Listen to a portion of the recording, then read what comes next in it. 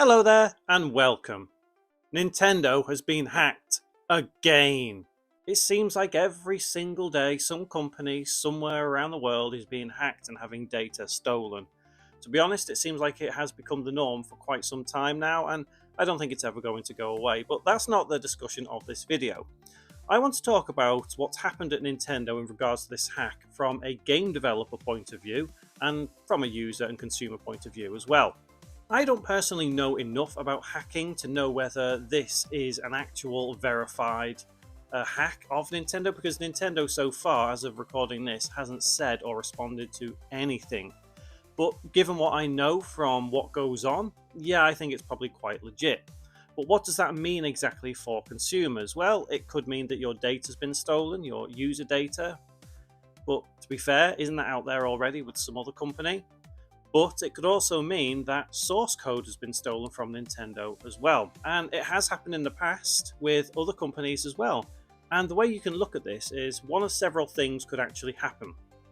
We could end up seeing some early builds of games that we know and love. We could see some builds of games that are upcoming.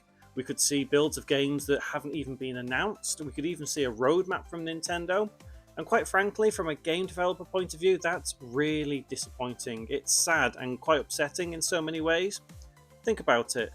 These people at Nintendo who have been developing these games for so many years, and it's not even been announced yet, but they know people are going to love it, to suddenly have your source code all stolen and the whole world know what you're developing before you even get the chance to announce your proud moment of what you've created. And I think that is what is going to be really heartbreaking for a lot of game developers who work within Nintendo, having their code stolen and seen by all before they get the chance to announce it. Obviously, we've got the problems of user data being stolen, and we've got lawsuits that could be coming pretty soon. If something's leaked, something really personal, it's that's not, to be honest, it happens all the time, like I said earlier in the video. And yeah, if there's going to be lawsuits, there's going to be lawsuits. Nintendo is a big company. They're sitting on a mountain of cash. And I think a lot of people seem to think that, oh, Nintendo deserve it because of the practices Nintendo have been doing over the past 2 years or so. Jacking up the prices of games, being arrogant in the face of consumers, saying you will pay this much for your console. You will pay this much for your games. And people think, well, Nintendo deserve that hack. No, they don't. Nobody deserves to be hacked.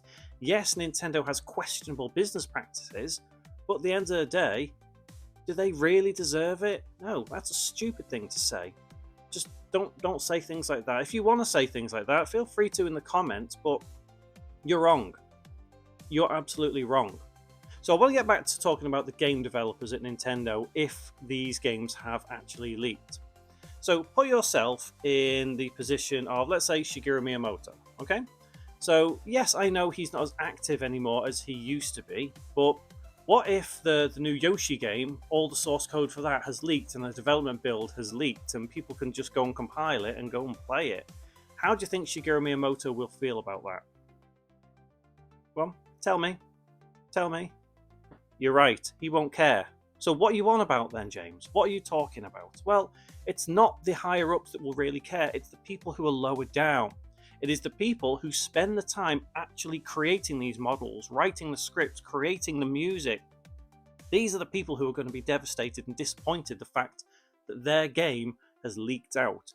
Shigeru Miyamoto, he's a top dog. He's up there. He just sits around, tells people what to do. And no disrespect to Miyamoto, because he has done some fantastic things for the gaming industry. And yes, as I said, people say it's deserved. And yes, I know Nintendo has been questionable over the past couple of years. But realistically, you've got to think of the lower people, the average working man and woman at Nintendo who create these games and had everything leaked. How do you know they're not going to lose their jobs?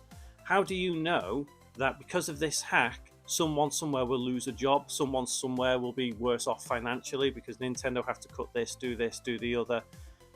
It's not just data that's impacted when a hack like this occurs, it's the staff, it's the people. There's so much involved. And like I said, I can't verify whether this hack has actually happened, okay?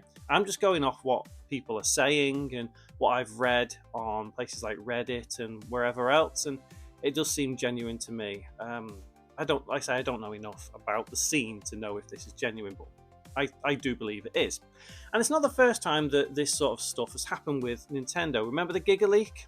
Yeah, exactly. So if it's another one of them, then it is what it is. Why hasn't Nintendo done anything to secure themselves better? How have these people got in to steal this information? Can they get in again? Will they get in again? Can somebody else get in again? Is Nintendo really that not bothered about things being stolen from them? That is absolutely insane. Because Nintendo will go after people for the slightest little thing in court and they will try to destroy them financially. That's just what Nintendo do. And whether you agree with that practice that Nintendo does or not, I don't know. It's your thing, and I think sometimes it is a little bit wrong, but they still don't deserve what has happened. So, Nintendo as a company, why do they let this happen? Why are they sat on a mountain of cash? Is it all connected? No, that's a conspiracy theory. I'm not going to talk about conspiracy theories here. But like I said, from a game developer's point of view, it's quite upsetting, and I think a lot of people might be affected more than you think. Not just in Japan, but probably Nintendo of America. Yes, I know games don't specifically get made in Nintendo of America. It's all done in Japan, but these people are quite proud of their jobs. You know, Japan is a very cultured place, and these people are going to suffer. So before you jump on that bandwagon and say Nintendo deserve this, think of the people, the average working people at Nintendo. They're the ones who will suffer. What you have beef with, if you're like that, is the higher-ups of Nintendo, the people at the top dogs, if you will. These are the people who don't care. These are the people that make the decisions, and they're the people you have beef with. So if you have beef with Nintendo, you have beef with the execs, not the company. Just keep that in mind. Anyway, let me know what you think about this hack at Nintendo and having all this stuff stolen, allegedly.